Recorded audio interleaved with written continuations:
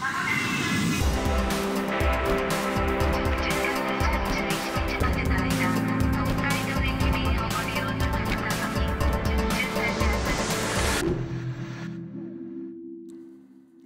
thanks for joining us.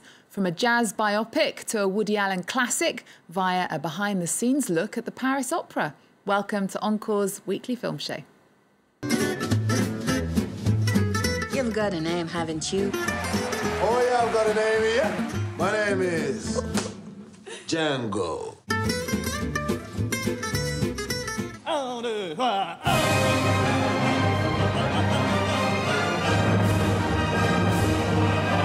You are so self-righteous, you know? I mean, we're just people. We're just human beings, you know? You think you're God. I gotta model myself after someone.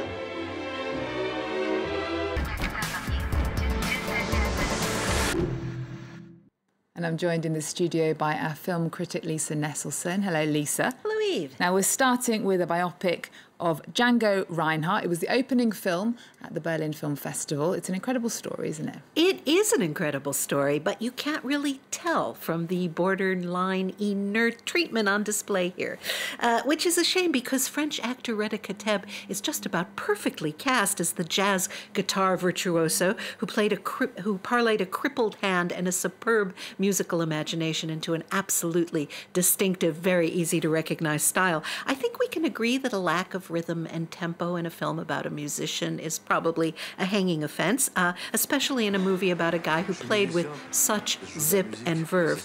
We have a misleadingly lively sort of excerpt for you. Let's take a look. Je suis musicien, je joue de la musique, c'est ce que je sais faire le mieux. Depuis qu'il n'y a plus de jazz américain à Paris, c'est moi le King of Swing. C'est qui ce clown là? C'est Hitler. Elle est naze sa moustache. Naze, ouais. Pas comme la tienne. Je te présente le lieutenant Dietrich von Schultz, c'est notre docteur jazz. Goebbels peut vous voir jouer à Berlin. Non, j'irai pas. Si on perd la pute de docteur jazz, on est mort. T'as qu'à leur dire, Django veut le même cachet que Clark Gable. Depuis le mois de mars, il y a eu beaucoup d'arrestations de tziganes. Mais s'ils n'obéissent pas, ils sont abattus sauvagement. C'est pas ma guerre, ça. I'm not sure I've heard you be so negative about a film before. Oh, well, it's just, I don't hate it. I just want it to be substantially better because the raw material is so interesting. Django Reinhardt was born in Belgium in 1910, and the film, which is loosely based on a recent novel, covers the period between June of 1943 and May of 1945. So Django is already a world-famous, justly celebrated musician. He's a performer and recording artist living here in Paris. The film starts with some gypsies playing very good guitar and violin in the woods somewhere, and then unfortunately German soldiers come and shoot them because France is occupied by the Nazis. And back in Paris, Django and his famous quintet, Le Haut Club de France, are playing splendidly for a sold-out crowd, including a lot of Nazi officers. A sign in German says that no dancing is allowed, but the people in the audience just can't help tapping their feet and bobbing their heads and moving in ways that represent disorder and possible bad behavior to the Germans. Early on, we get to see this tight yet loose group play for 5, 6, 7 minutes, and that is thrilling. They've managed to make it look as if Kateb is actually doing the fingering, and since he squeezes in an incredible number of notes into those riffs, that is exciting to listen to. But the movie itself is hardly ever what you would call exciting, even though the costumes and the scenery have been chosen with great care. But Reda Kateb is known outside of France for his roles in A Prophet and Zero Dark 30. He's a big actor here in France. It potentially was a good role for him. Oh, it's an extraordinarily good role for him, and I'd say he's the highlight of the movie, that and, of course, the music.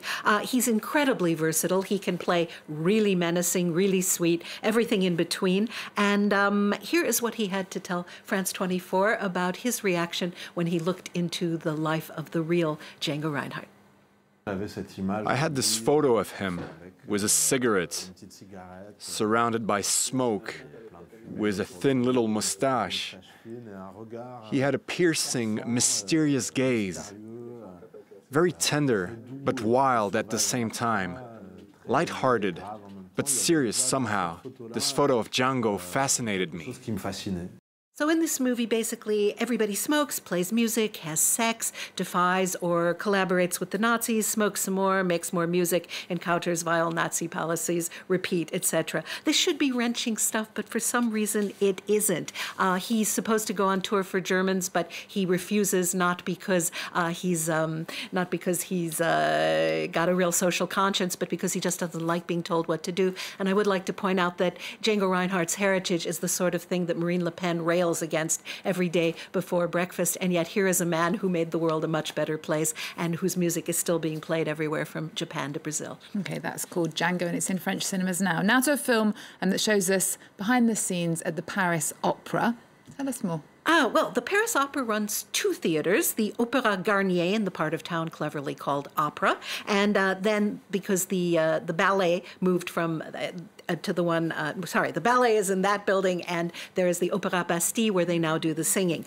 This is a film about people pursuing excellence. Everything they do, whether they're administrators or costume designers or musicians or a conductor or a dancer or a singer, a stage manager, or some of the many support staff you absolutely need to launder the costumes, style the wigs, put the shoes back where they belong. Each one of these individuals is aiming toward excellence, a performance in front of people that represents excellence in front of an audience. Now, I'll admit I've never truly understood opera as a form, although I should like it because it really combines all of the arts. And I get ballet a little more, but I would like to know who decided that ballet dancers should ruin their feet forever so that, we can see them standing on point. Elitism is currently under attack all over the world, and these are elites I can admire without reservation. I can get behind this. These are people who suffer for their art, and they soar with the beauty of what they're capable of. Let's take a look. Bienvenue dans cette belle maison qu'est l'Opéra de Paris. Voilà, on va passer une saison ensemble. I am from small village in Russia. Et vous aimez Paris? Bastille. Voilà. 40 en dos. Unser Direktor.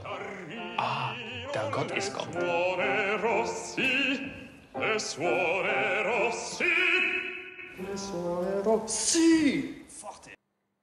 Now, the Paris Opera is directed by Jean-Stéphane Braun. Why did he decide to make a film at this particular time? Because there are other films that look behind the scenes, aren't there? That's true. He is absolutely not an opera buff, but he started shooting in 2015 when the Paris Opera happened to get a new director, one Stefan Lissner, who had been at La Scala before that.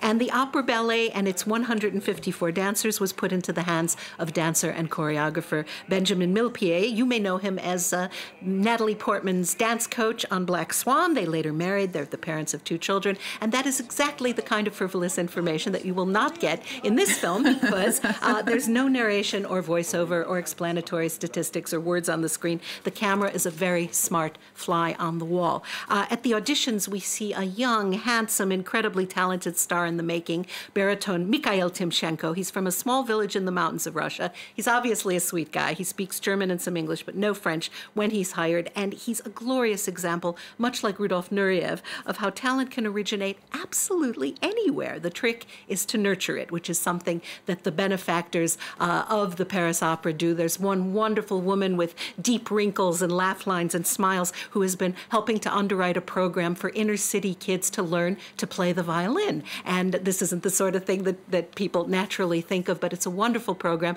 And when you see their final performance, you see a really good example of the difference between people who have devoted every minute of their lives to their craft and amateurs who have worked hard. Any politician who thinks that the arts are optional and feels no compunction about slashing funding for the arts education belongs in their own circle of hell. That's just my opinion. There's a real cliffhanger when a Wagnerian key singer for a 6-hour opera calls to say that he's ill and they have to replace him at the last minute. The show must go on, and the director of the film shows us things that most of us never seen, people behind, stumbling off stage and gasping for breath, literally falling to the ground exhausted. All we see is the beauty on their stage. Yeah, that is stunning. Well, next we're going to Woody Allen's bittersweet black and white classic Manhattan, which is being re-released. I know you're a massive fan of Woody Allen. The film really shows his love affair and total infatuation with New York, doesn't it? Absolutely. And Allen, who is a clarinetist dedicated to the songs from the Great American Songbook, has always had a knack for highlighting great music. In fact, he has used Django Reinhardt tunes in some of his movies, and Manhattan makes terrific use of George Gershwin melodies. Paris is a city that people who have never been here think they know because they hold it in their heads from seeing it in the movies, and New York is definitely another city in that category. New York is a city that a lot of people have seen in the movies. The late American film critic Roger Ebert called Manhattan one of the best photographed movies ever made, and Gordon Willis's widescreen black and white cinematography is simply ravishing. It looks so good, you feel like going to management and saying, could you just leach the color out of all of those color movies? We don't really need that.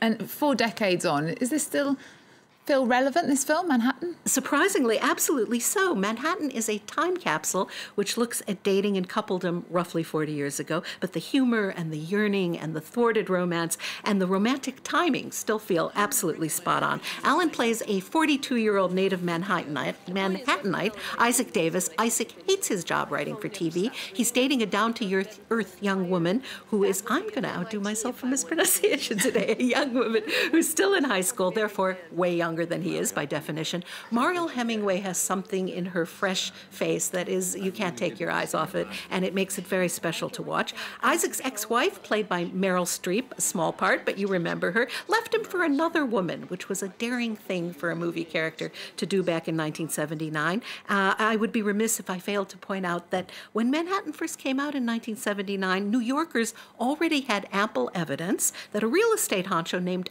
Donald Trump was an ethically challenged businessman. You can look this up in the Village Voice. Woody Allen and Donald Trump are both still with us. I will let you take a wild guess about which one of them is currently making the world a better place. Okay. Well, Lisa, thank you so much. We're going to leave you with Woody Allen's Manhattan. Remember our website. We're also on Twitter and Facebook.